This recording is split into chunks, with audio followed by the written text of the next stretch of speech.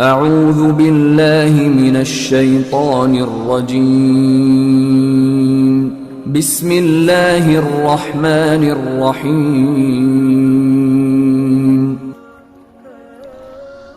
ان الحمد للہ نحمده ونستعینه ونستغفره ونعوذ باللہ من شرور انفسنا ومن سیئات اعمالنا من يهده الله فلا مضل له ومن يضلل فلا هادي له واشهد ان لا اله الا الله وحده لا شريك له واشهد ان محمدا عبده ورسوله اما بعد فان خير الحديث كتاب الله وخير الهدي هدي محمد صلى الله عليه واله وسلم وشر الامور محدثاتها وكل محدثة بدعة وكل بدعة ضلالة وكل ضلالة في النار. اعوذ باللہ السمیع العلیم من الشیطان الرجیم من ہمزہ ونفخہ ونفثہ بسم اللہ الرحمن الرحیم رب اشرح لی صدری ویسر لی امری واحلل عقدۃ من لسانی یفقہوا قولی. بسم اللہ الرحمن الرحیم ان اللہ وملائکتہ یصلون علی النبی یا ایہا الذین آمنوا صلوا علیہ وسلموا تسلیما. اللہم صل علی محمد وعلی آل محمد کما صلیت علی ابراہیم وعلی آل ابراہیم انک حمید مجید. اللہم بارک علی محمد وعلی آل محمد کما بارکت علی ابراہیم وعلی آل ابراہیم انک حمید مجید. اللہم ربنا آتنا فی الدنیا حسنۃ وفی الآخرۃ حسنۃ وقنا عذاب النار. لا الہ الا انت سبحانک انی کنت من الظالمین. حسبنا اللہ ونعم الوکیل. یا حی یا قیوم برحمتک استغیث ولا حول ولا قوة الا باللہ العلی العظیم. ربنا آتنا من لدنک رحمة وہیئ لنا من امرنا رشدا. آمین. الحمدللہ آج 8 دسمبر 2019 کو قرآن کلاس نمبر 7 میں ہم انشاءاللہ تعالی سورۃ الفاتحہ کا آغاز کرنے جا رہے ہیں. پہلی جو 6 کلاسیں تھیں ہماری قرآن حکیم کے انٹروڈکشن سے ریلیٹڈ تھیں، جس میں میں نے 40 پوائنٹس کو ان ڈیپتھ کور کیا. وہ 6 کلاسیں 55 منٹ کی جو شخص دیکھ لے گا قرآن کے حوالے سے جتنی بھی بیسک انفارمیشن ہے وہ میں نے 40 علمی پوائنٹس کے اندر اس میں ان ڈیپتھ ڈسکس کی ہے. آج چونکہ قرآن حکیم کا باقاعدہ آغاز ہونے جا رہا ہے، سورۃ الفاتحہ قرآن حکیم کی پہلی سورت ہے اور یہ پورے قرآن کا مقدمہ بھی ہے. اس کو الفاتحہ بھی کہا جاتا ہے، یعنی کھولنے والی، یعنی قرآن اسی سے آ کے کھلتا ہے، یہ قرآن کی چابی ہے. احادیث میں اسے ام الکتاب بھی کہا گیا ہے، بخاری اور مسلم میں. لہٰذا یہ اس چیز کی متقاضی ہے چیز کہ ہم آج کا پورا لیکچر سورۃ الفاتحہ کو کور کریں اور اگلے لیکچر سے ہم انشاءاللہ تعالی سورۃ البقرہ کا آغاز کریں گے. میرے بھائیوں، سورۃ الفاتحہ قرآن حکیم کی وہ واحد سورت ہے کہ جس کی فضیلت قرآن میں آئی ہے. قرآن کی کوئی سورت ایسی نہیں ہے، انکلوڈنگ سورۃ الاخلاص بھی، کہ جس کی فضیلت قرآن میں آئی سوائے سورۃ الفاتحہ کے. اس لیے فضیلت کے اعتبار سے قرآن حکیم کی سب سے افضل سورت وہ سورۃ الفاتحہ ہے. اس کی سپورٹ میں انشاءاللہ بخاری اور مسلم سے احادیث بھی پیش کروں گا. قرآن حکیم میں اللہ تعالیٰ نے سورہ الحجر پارہ نمبر 14 میں آیت نمبر 87 ہے.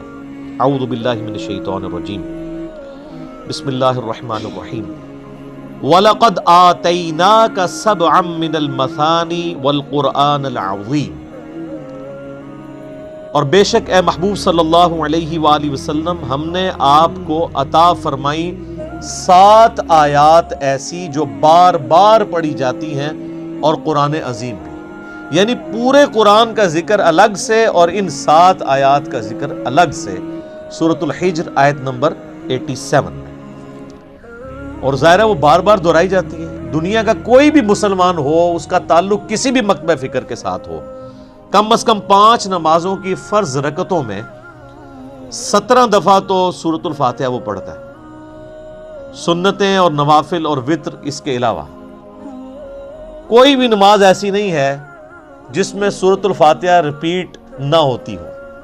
یہی اس کی فضیلت کے لیے کافی ہے کہ قرآن حکیم جو نماز میں ہم پڑھتے ہیں وہ ہم بدل بدل کے پڑھتے ہیں، لیکن سورۃ الفاتحہ ایسی چیز ہے جو ہر رکعت میں پڑھی جاتی ہے۔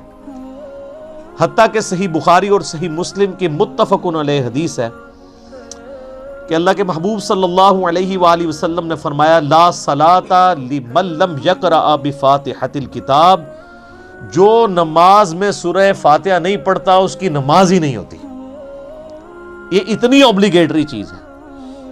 یہ بات بھی اس کی فضیلت کے لیے کافی ہے کہ یہ قرآن حکیم کی نمبر 1 سورت ہے، اپنی ترتیب میں بھی مصحف کی اور اپنے فضائل کے اعتبار سے بھی۔ قرآن حکیم کی یہ سب سے عظمت والی سورت ہے۔ اس کی سپورٹ میں صحیح بخاری میں ایک بڑی مشہور حدیث ہے کہ سیدنا ابو سعید ابن معلہ رضی اللہ تعالی عنہ کہتے ہیں کہ میں ایک دفعہ مسجد نبوی میں نماز پڑھ رہا تھا تو اللہ کے محبوب صلی اللہ علیہ وآلہ وسلم نے مجھے آواز دی، تو میں چونکہ نماز میں مشغول تھا میں نے جانے میں تاخیر کر دی۔ تھوڑی دیر بعد میں پہنچا تو آپ صلی اللہ علیہ وآلہ وسلم نے فرمایا کہ میں نے تمہیں آواز دی تھی، تم کیوں نہیں آئے؟ تو انہوں نے کہا کہ میں نماز پڑھ رہا تھا۔ تو آپ صلی اللہ علیہ وآلہ وسلم نے فرمایا کیا تم نے اللہ کا یہ حکم نہیں سنا؟ سورۃ الانفال کی آیت آپ نے پڑھی، استجیبوا للہ والرسول اذا دعاکم، جب اللہ اور اس کا رسول تمہیں پکاریں فوراً ان کی آواز پہ لبیک کہو۔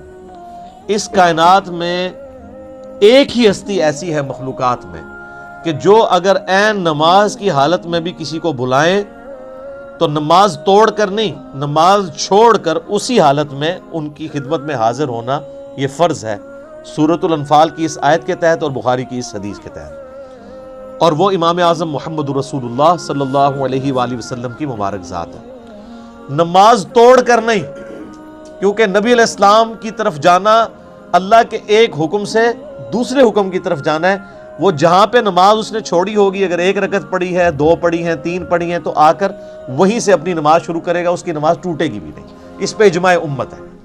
بہرحال یہ جو ہمارے واعظین آئے دن کہانیاں کراتے رہتے ہیں کہ جی ماں آواز دے دے، باپ آواز دے دے، نماز توڑ دو، اس طرح کی کوئی حدیث نہیں ہے۔ البتہ یہ ضرور ہے کہ اگر زندگی موت کی کشمکش بن جائے، کوئی ایمرجنسی ہو جائے، تو آپ پھر نماز توڑ سکتے ہیں۔ لیکن نبی علیہ السلام کے کیس میں اگر بلایا جائے گا تو نماز توڑنی نہیں پڑے گی، بلکہ نماز وہیں پر چھوڑ کر آپ علیہ السلام کا حکم سننا پڑے گا۔ تو یہ آپ علیہ السلام نے ان کو تھوڑا سا یعنی ڈانٹ پلائی پیار محبت سے۔ پھر آپ نے اس صحابی کا ہاتھ اپنے ہاتھوں میں پکڑا اور پھر فرمایا کہ میں اس مسجد سے باہر نکلنے سے پہلے پہلے تمہیں قرآن حکیم کی سب سے عظیم سورت سکھاؤں گا۔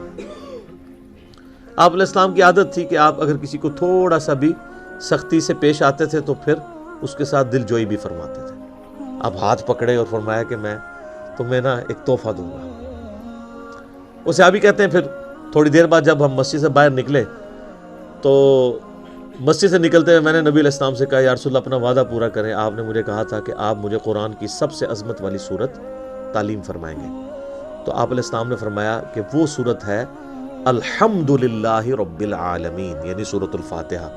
اور پھر آپ علیہ السلام نے ساتھ ہی یہ سورہ ہجر کی آیت نمبر 87 بھی پڑھی کہ یہ وہ جو قرآن حکیم میں آیا ہے وَلَقَدْ آتَيْنَاكَ سَبْعًا مِّنَ الْمَثَانِي وَالْقُرْآنَ الْعَظِيمِ، یہ ہے وہ صورت جو قرآن حکیم میں اللہ نے مجھے عطا کی، جو 7 آیات بار بار دہرائی جاتی ہیں، اور پھر آپ علیہ السلام کے بخاری میں الفاظ ہیں یہ ام الکتاب ہے، یہ قرآن کی ماں ہے، قرآن کی جڑ اس میں ہے، اسی سے پورے قرآن کا درخت نکل رہا ہے۔ فاتحہ بھی ہے، ام الکتاب بھی ہے، اور یہ وہ 7 آیات ہیں جو سورہ ہجر میں آئی ہیں۔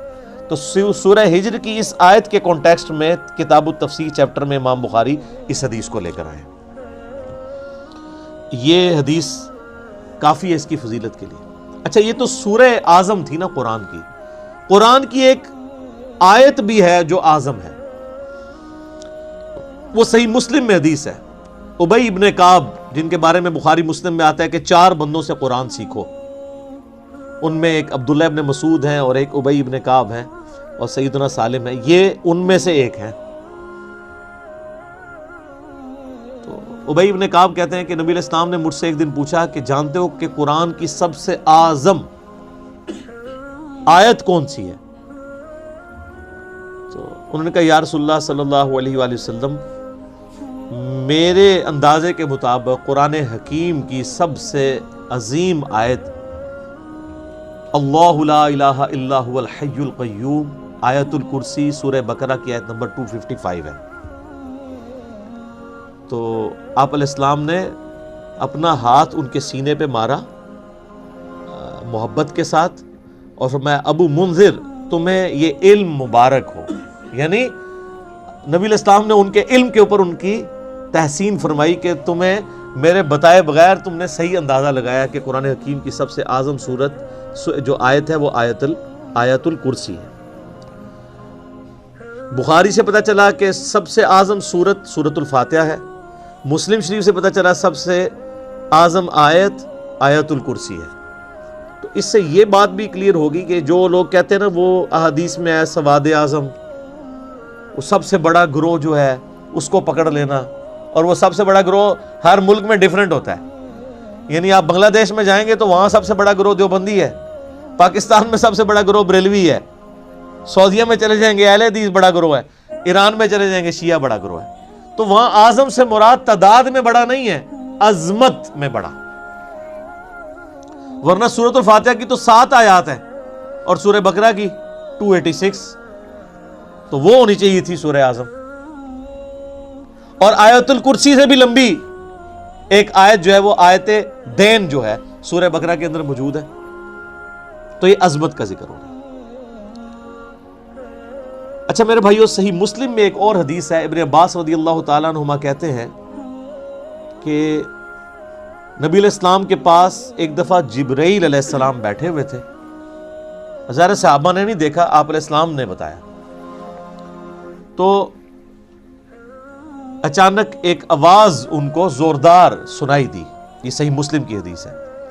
تو حضرت جبرائیل علیہ السلام نے نگاہ اٹھا کے اوپر دیکھا اور کہا یا رسول اللہ، آج آسمان کا ایک ایسا دروازہ کھلا ہے جو آج سے پہلے کبھی نہیں کھلا تھا، اور اس دروازے سے ایک فرشتہ زمین پر اترا ہے۔ اتنے میں وہ فرشتہ حاضر ہوا نبی علیہ السلام کی خدمت میں۔ تو حضرت جبرائیل نے کہا کہ یا رسول اللہ، یہ وہ فرشتہ ہے، یہ آج سے پہلے دنیا میں کبھی نہیں آیا تھا، اور وہ دروازہ بھی آج سے پہلے کبھی نہیں کھلا تھا، اور یہ فرشتہ آپ کو سلام عرض کر رہا ہے، اور اللہ کا یہ پیغام لے کر آیا ہے کہ آپ کو بشارت ہو 2 ایسے نوروں کی جو آپ سے پہلے کسی پیغمبر کو نہیں دیے گئے۔ ان میں سے پہلی چیز سورۃ الفاتحہ ہے، اور دوسری چیز سورہ البقرہ کی آخری 2 آیات، آمن الرسول بما انزل الیہ من ربہ والمؤمنون۔ تو سورۃ الفاتحہ وہ نور ہے جو کسی پیغمبر کو نہیں دیا گیا سوائے ہمارے محبوب صلی اللہ علیہ وآلہ وسلم کے۔ اچھا، صحیح بخاری کی جو میں نے حدیث بیان کی کہ سورہ اعظم ہے قرآن کی، اس کے تحت یہ بات تو بالکل کلیئر ہو گئی کہ نبی علیہ السلام نے سورۃ الفاتحہ کو جو تعلیم فرمایا اس کا آغاز کیا الحمدللہ رب العالمین سے۔ تو اس میں واضح اشارہ موجود ہے کہ بسم اللہ الرحمن الرحیم سورہ فاتحہ کا حصہ نہیں ہے، قرآن کا حصہ ہے۔ وہ تو ہر سورت کے آغاز میں بسم اللہ ہے سوائے سورہ التوبہ کے، اور سورہ نمل کے اندر آیت بھی ہے انہ من سلیمان و انہ بسم اللہ الرحمن الرحیم۔ لیکن جو سورتوں کے آغاز میں بسم اللہ لکھی جاتی ہے یہ سورت کا حصہ نہیں، قرآن کا حصہ ضرور ہے۔ تو چونکہ نبی علیہ السلام نے اس میں فرمایا الحمدللہ رب العالمین، تو اگر آپ علیہ السلام نے اس سورت کو تعلیم فرمانا ہوتا اس اعتبار سے کہ بسم اللہ اس کا حصہ ہوتی، تو آپ فرماتے کہ وہ سورت ہے بسم اللہ الرحمن الرحیم الحمدللہ رب العالمین۔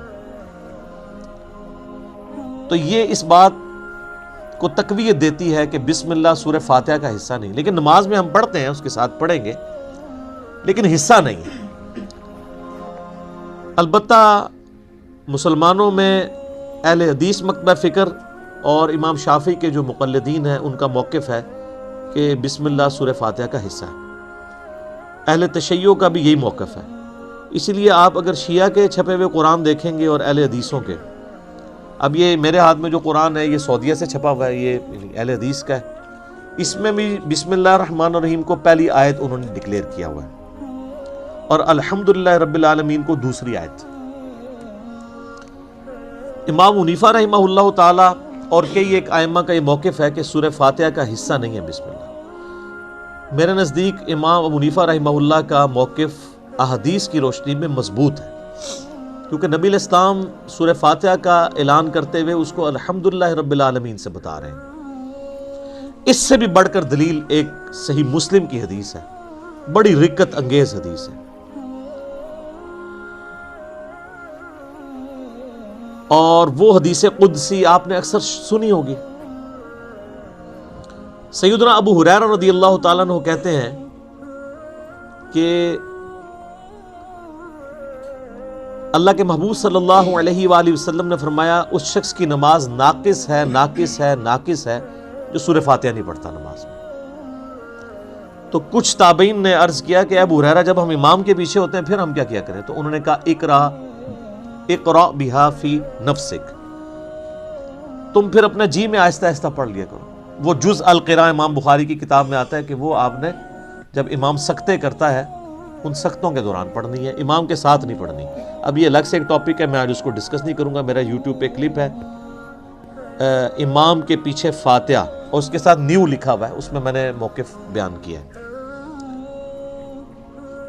اور پھر نبی علیہ السلام نے فرمایا حدیث قدسی، یعنی اللہ کا فرمان بزبان محمد رسول اللہ صلی اللہ علیہ وآلہ وسلم، کہ اللہ تعالیٰ فرماتا ہے قسمت الصلاۃ بینی و بین عبدی نصفین۔ اچھا، یہ حدیث شیعہ کے ہاں بھی پائی جاتی ہے جو میں بیان کر رہا ہوں، صحیح مسلم کی، اب کہ میں نے نماز اپنے اور اپنے بندے کے درمیان برابر تقسیم کر لی ہے، نصف میرے لیے ہے اور نصف میرے بندے کے لیے۔ اور نماز کسے کہا؟ سورہ فاتحہ کو، پوری نماز۔ پھر اللہ تعالیٰ نے فرمایا، نبی علیہ السلام فرماتے ہیں کہ جب میرا بندہ کہتا ہے الحمدللہ رب العالمین، تو میں کہتا ہوں میرے بندے نے میری حمد بیان کی، میری تعریف کی۔ جب وہ کہتا ہے الرحمن الرحیم، تو میں کہتا ہوں میرے بندے نے میری ثنا کی۔ جب وہ کہتا ہے مالک یوم الدین، تو میں کہتا ہوں میرے بندے نے میری تمجید بیان کی، میری بزرگی کا اعتراف کر لیا۔ اور جب وہ کہتا ہے ایاک نعبد و ایاک نستعین، تو یہ میرے اور میرے بندے کے درمیان کامن عہد اور بانڈ ہے، جو میرے بندے نے مجھ سے مانگا میں نے اسے دیا۔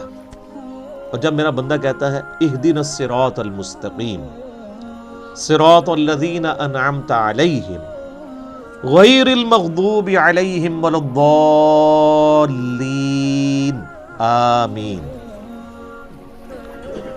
تو میرے بندے نے جو مجھ سے مانگا اس دعا میں نے اسے عطا کر دیا۔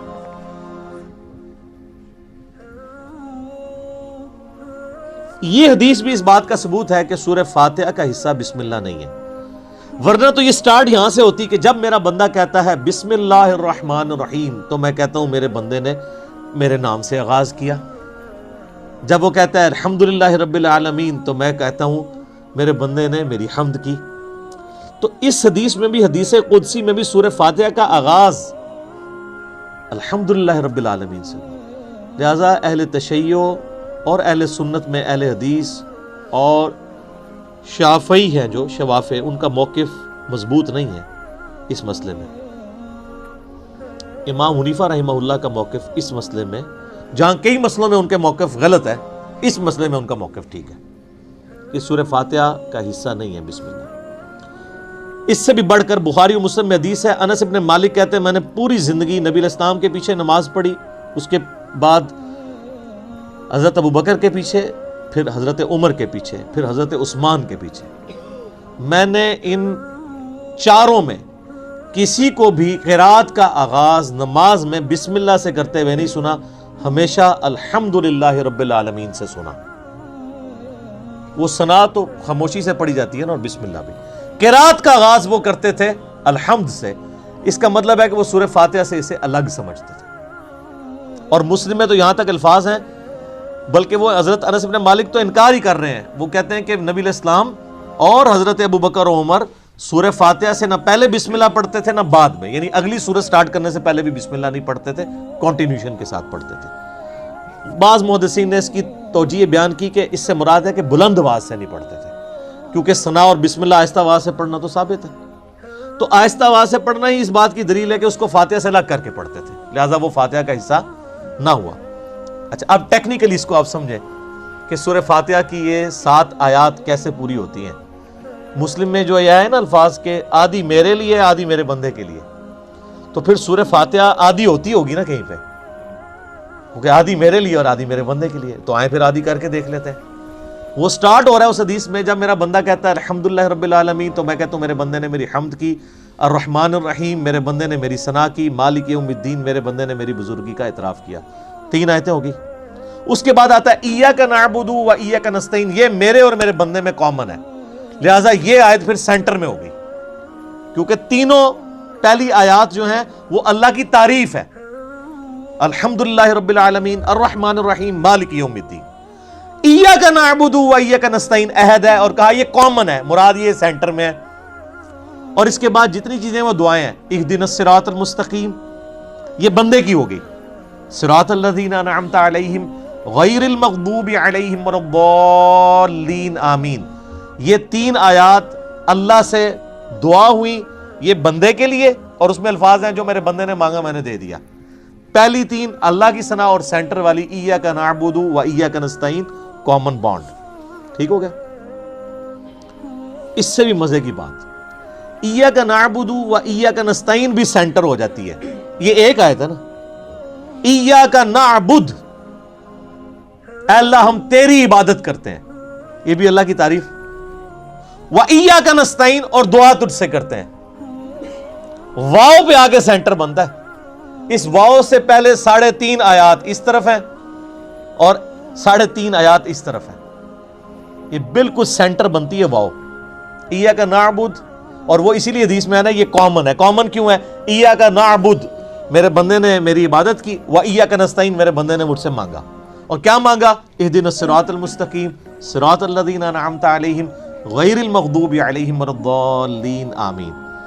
تو یہ اتنی مضبوط دلیل ہے، یہ جتنے دلیل کیا کتنے دلائل میں نے سامنے رکھ دی ہیں کہ جس کے بعد کوئی گنجائش نہیں رہتی کہ کوئی بندہ ہٹ درمی پہ اور ضد پہ آ جائے۔ شیخ زبیر علیزئی رحمہ اللہ تعالیٰ سے 2008-9 کی بات ہے، میں نے اب چونکہ وہ اہل حدیث تھے تو اہل حدیث کی کوشش ہوتی ہے کہ امام حنیفہ ہر مسئلے میں غلط ثابت ہو جائیں، تو میں نے ان کے سامنے کہا جی اب آپ کو چیک کرتے ہیں، ہم بخاری مسلم کو مانتے ہیں کہ وہ یہ نہ ہو کہ امام حنیفہ کی دشمنی آپ کو اس پہ نہ ابھار دے کہ آپ سچائی سے اناد کریں۔ تو مجھے کہتے ہیں جی وہ بسم اللہ حصہ ہے فاتحہ کا۔ میں نے کہا جی یہ واضح احادیث ہیں، یہ میں نے سارے دلائل آپ کو بھی سن کے اندازہ ہو گیا ہوگا اس کے بعد کوئی بندہ یا مان سکتا ہے یا چھڑولی چھوڑ سکتا ہے آگے سے، بالکل واضح بات ہے۔ تو ان باتوں کا ان کے پاس کوئی جواب نہیں تھا۔ وہ کہتے ہیں نہیں امام شافعی، میں نے کہا امام شافعی کو چھوڑیں، آپ کہتے ہیں کتاب و سنت، اب آپ کہہ رہے ہیں امام شافعی کہتے ہیں بسم اللہ حصہ ہے۔ ہم آپ کو بخاری مسلم سے ثابت کر رہے ہیں کہ سورہ فاتحہ کا حصہ نہیں ہے بسم اللہ۔ بہرحال نماز میں بھی پڑھیں گے، قرآن میں بھی پڑھا جائے گا، قرآن کا حصہ ہے سورہ فاتحہ سے پہلے پڑھنا، اور نماز میں بھی ہم بسم اللہ پڑھنا سنت ہے، بسم اللہ پڑھ کے ہی سورہ فاتحہ پڑھی جاتی ہے۔ جب بالکل پہلی دفعہ پڑھی جائے گی پھر تو اعوذ باللہ بھی پڑھا جائے گا، یہ بھی ذہن میں رکھیے گا۔ پہلی رکعت میں تو اعوذ باللہ سے بھی سٹارٹ کریں گے، باقی رکعتوں میں صرف بسم اللہ سے۔ کیوں؟ قرآن جب بھی پڑھا جائے گا نا تو اعوذ باللہ سے آغاز ہوگا۔ ایون آپ نے قرآن پڑھتے پڑھتے تلاوت روک دی، بند کی، کسی سے گپ شپ کی، دوبارہ پڑھیں گے تو اعوذ باللہ سے۔ اور اس کا حکم جو ہے سورۃ النحل آیت نمبر 98 میں موجود ہے، فَإِذَا قَرَأْتَ الْقُرْآنَ فَاسْتَعِذْ بِاللَّهِ مِنَ الشَّيْطَانِ الرَّجِيمِ، پس تو جب بھی قرآن کی قرات کرنے لگے تو اللہ کی پناہ حاصل کر لیا کر شیطان مردود کے اگینسٹ۔ کیوں؟ اگر آپ شیطان کے اگینسٹ اللہ کی پناہ نہیں حاصل کریں گے تو قرآن پڑھ کے آپ غلط رزلٹ بھی نکال سکتے ہیں، اس میں قرآن کا قصور نہیں ہے۔ اگر ایک اچھی گاڑی ہے، اس پہ ڈرائیور غلط بیٹھ گیا، جا کے ٹھوک دیتا ہے، تو گاڑی کا تو قصور نہیں ہے۔ تو قرآن حکیم سے غلط رزلٹ جان بوجھ کے لوگ نکال سکتے ہیں، جب تک کہ اپنے آپ کو قرآن کے سامنے سرنڈر نہ کریں اور اللہ تعالیٰ کے سامنے اپنے آپ کو پیش نہ کریں شیطان کے اگینسٹ کہ یا اللہ تو ہی پناہ دے ہمیں اس کے اگینسٹ، ورنہ قرآن حکیم وہ پڑھیں گے تو اس سے غلط رزلٹ بھی نکال سکتے ہیں، وَلِعَوْذُ بِاللَّهِ تَعَالَى، اس لیے حکم دیا گیا۔ اچھا، بخاری مسلم کی ایک حدیث بڑی مزے کی ہے۔ صحابہ کرام کا قافلہ کہیں جا رہا تھا، راستے میں انہوں نے ایک جگہ پانی کے لیے پڑاؤ کیا، تو وہاں پہ ایک قبیلہ آباد تھا، انہوں نے صحابہ کرام کی کوئی مہمان نوازی نہیں کی، لیکن اسی دوران ان کے قبیلے کے سردار کو ایک سانپ یا بچھو نے ڈس لیا۔ یہ حدیث بخاری میں بھی ہے اور مسلم میں بھی۔ تو جب وہ سانپ اور بچھو نے ڈس لیا تو وہ صحابہ کرام کے پاس آئے اور کہا کہ تم میں سے کوئی ایسا ہے جو جھاڑ پھونک کر سکتا ہو، دم ڈال سکتا ہو زہریلے جانور کا؟ تو ایک صحابی نے کہا ہاں مجھے ایک دم آتا ہے، لیکن میں یہ بکریوں کا پورا ریوڑ اس کے عوض معاوضہ لوں گا۔ مرتے کیا نہ کرتے، پھنسے ہوئے تھے، انہوں نے کہا ٹھیک ہے۔ اس نے جا کے دم ڈالا سورہ فاتحہ پڑھ کے، تو حدیث کے الفاظ ہیں وہ بندہ اس طرح ہو گیا جیسے مردہ زندہ ہو جاتا ہے اس کے اثر سے، دم کے۔ بکریوں کا ریوڑ والے کیا۔ اب صحابہ کرام میں اختلاف ہو گیا، ایک گروہ نے کہا کہ یہ تو آپ نے قرآن پڑھنے کی اجرت لے لی ہے، یہ تو حرام ہے۔ زیادہ پرہیزگار لوگ بھی ہوتے ہیں نا۔ دوسرے نے کہا نہیں، ہم نے معاوضہ لیا، بالکل ٹھیک ہے۔ بہرحال یہ طے پایا کہ نبی علیہ السلام سے جا کے فیصلہ کروائیں گے۔ آپ علیہ السلام کے پاس آئے تو آپ صلی اللہ علیہ وآلہ وسلم نے پہلے تو اس کی تحسین کی کہ تو نے یہ بہت بڑی انوینشن کی ہے، تجھے کس نے بتا دیا کہ سورہ فاتحہ میں اتنی شفا ہے؟ سورہ فاتحہ شفا بھی دیتی ہے۔ اور پھر آپ علیہ السلام نے فرمایا ان احق ما اخذتم علیہ اجرا کتاب اللہ، سب سے بہترین چیز جس کے اگینسٹ تم معاوضہ طلب کر سکتے ہو وہ اللہ کی کتاب ہے۔ اور پھر آپ علیہ السلام نے فرمایا کہ وہ جو بکریاں لی ہیں نا، اس میں سے کچھ حصہ مجھے بھی دو تاکہ امت کے لیے کنفرم ہو جائے کہ یہ مال حلال ہے۔ انہی حدیث کے تحت قرآن حکیم کی جو تعلیم کی اجرت ہے نا، نمازیں پڑھانے کی اجرت نہیں میں بات کر رہا، قرآن کی تعلیم کی اجرت لینا وہ جائز ہے ایز اے ٹیچر۔ جیسے آپ باقی علوم حاصل کرتے ہیں تو پیمنٹ کرتے ہیں نا، چاہے ٹیوشن کے لیے جائیں یا اسکول کے لیے، ویسے ہماری طرح بغیر پیسے لیے پڑھائیں وہ تو بہت اعلیٰ درجے کی چیز ہے۔ تو اسی کے تحت جو ہے نا، وہ آپ علماء سے پوچھیں نا نمازیں پڑھانے کی تنخواہ لے رہے ہیں، وہ کہتے ہیں نہیں ہم تو تعلیم کی لیتے ہیں، اور تعلیم دیتے بھی کوئی نہیں۔ اب تو بچوں کو لوگوں نے بھیجنا ہی چھوڑ دیا مسجد کے اندر۔ تو بل ایسی مساجد جہاں پر ٹیچرز جو ہیں وہ قرآن حفظ کر رہے ہیں، قرآن کی تعلیم دے رہے ہیں، اور پیرلل میں وہی ٹیچرز باری باری نماز پڑھاتے ہیں، تو وہ تو بغیر تنخواہ کی پڑھا رہے ہیں، وہ تنخواہ تو تعلیم کی لے رہے ہیں۔ امام حنیفہ رحمہ اللہ تعالیٰ تو مطلقاً امام مسیح کی تنخواہ کو حرام سمجھتے ہیں، لیکن بعد میں فقہ حنفی والوں نے متاخرین کے فتوے کے تحت اسے جائز سمجھا ہے۔ تو بل قرآن کی تعلیم والا معاملہ بالکل ٹھیک ہے۔ اب رہی وہ حدیث بخاری و مسلم کی کہ لا صلاۃ لمن لم یقرأ بفاتحۃ الکتاب، جو فاتحہ نہیں پڑھتا اس کی نماز نہیں ہوتی۔ اس پہ میرا آپ کلپ نیو امام کے پیچھے فاتحہ والا دیکھ لیں، میں نے یہ ثابت کیا ہے دلائل کی روشنی میں، پھر 20-25 منٹ اور لگ جائیں گے، کہ اگر تو جہری نمازیں ہیں تو آپ امام کی قرات غور سے سنیں گے، وہ قرآن کا حکم ہے واضح سورۃ الاعراف میں، وَإِذَا قُرِئَ الْقُرْآنُ فَاسْتَمِعُوا لَهُ وَأَنصِتُوا لَعَلَّكُمْ تُرْحَمُونَ، جب قرآن کی تلاوت ہو رہی ہو تو تم خاموشی اختیار کرو اور بڑے غور کے ساتھ سنا کرو تاکہ تم پر رحم کیا جائے۔ البتہ جو سری نمازیں ہیں جیسے عصر کی نماز ہے اور ظہر کی نماز ہے، اور جو جہری نمازیں ہیں ان کی بھی جو آخر والی رکعتیں ہیں وہ بھی سرن ہی ہوتی ہیں نا۔ اگر آپ دیکھیں گے نا تو صرف 6 رکعتیں ہیں جن میں اونچا قرآن پڑھا جاتا ہے، باقی 11 رکعتیں 17 میں سے ان میں سرن پڑھا جاتا ہے، اور نوافل تو سارے سرن پڑھے جا رہے ہوتے ہیں۔